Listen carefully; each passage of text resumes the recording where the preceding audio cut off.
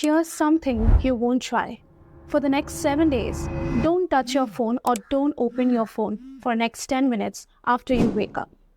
Not for messages, not for time, not for quick reply, just 10 minutes. Most people can't do it.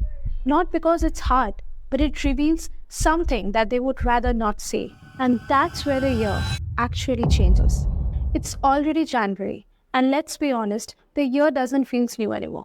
Not because you failed, but it reveals something familiar that already took over. Before the plans, before the motivation. And most people don't notice this moment. And that's usually the rest of the year repeats. And somewhere along the way, you notice something uncomfortable. Time didn't do what it promised.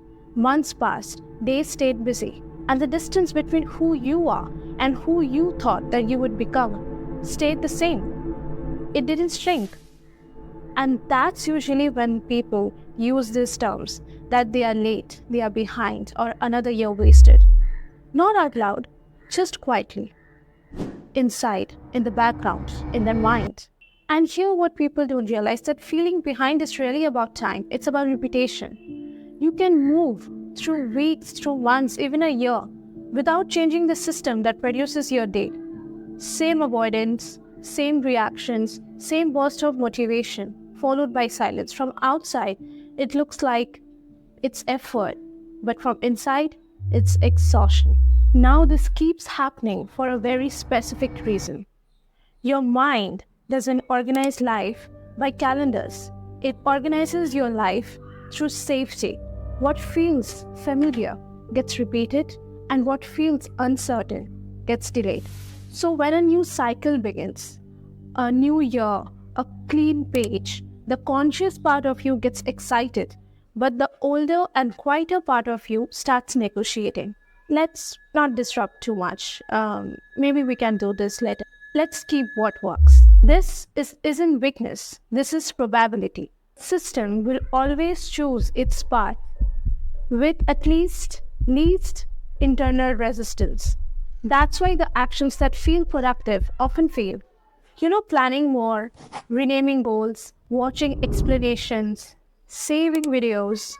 They create emotional relief without any behavioral cost. Your brain gets the reward without doing any risk. High comfort, low friction, low change. Now look what actually comes next. After a quiet sense of disappointment, most people do these three things.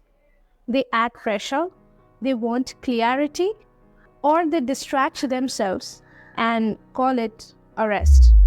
Pressure works briefly, but then collapses. And clarity rarely arrives without any actions. And distraction slowly turns into resentment.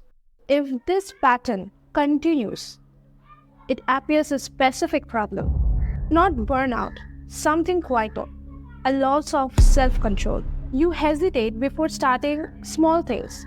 You doubt even at reasonable plans. You become very aware and very inconsistent, intelligent enough what matters, but undisciplined enough to avoid it, stuck in between. Now what actually works? This is the actual part that nobody wants you about.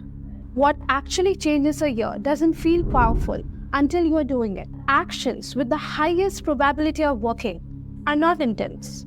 They are not inspiring. They don't create stories. They are boring, slightly uncomfortable, repetitive, and they operate below motivation. Remember that 10 minutes phone delay?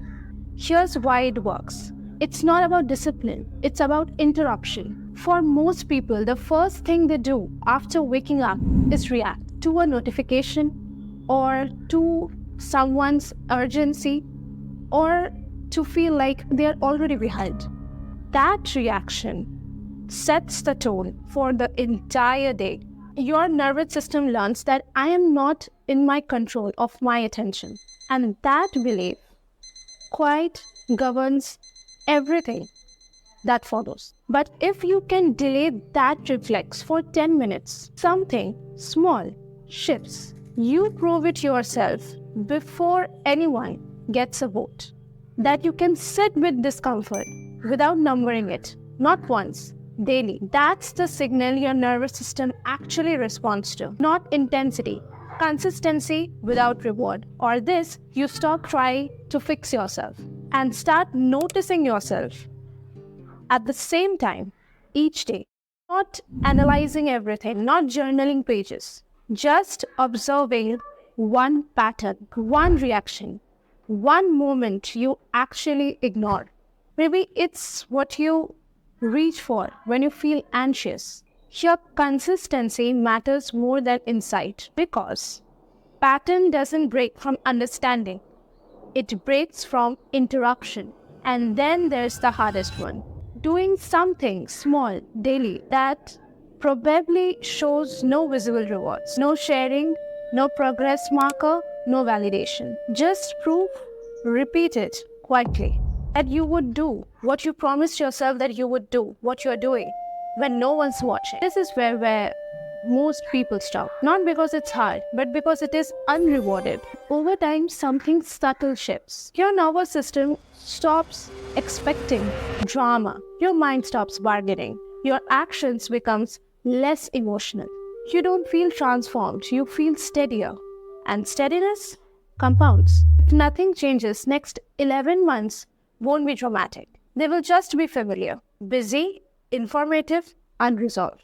It's not because you didn't try, but because you never changed the rule that governs your day. There is no urgency here, just clarity. Time will pass either way.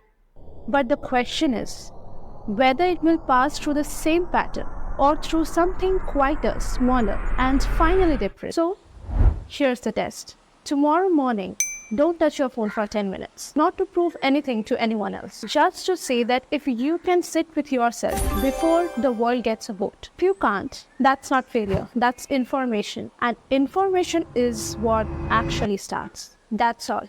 No announcement, no deadline, no promise. Just cause and effect. Playing out the same way until it doesn't. So that's it for this video. If you really like this video, then take the note 1 today and don't touch your phone for 10 minutes.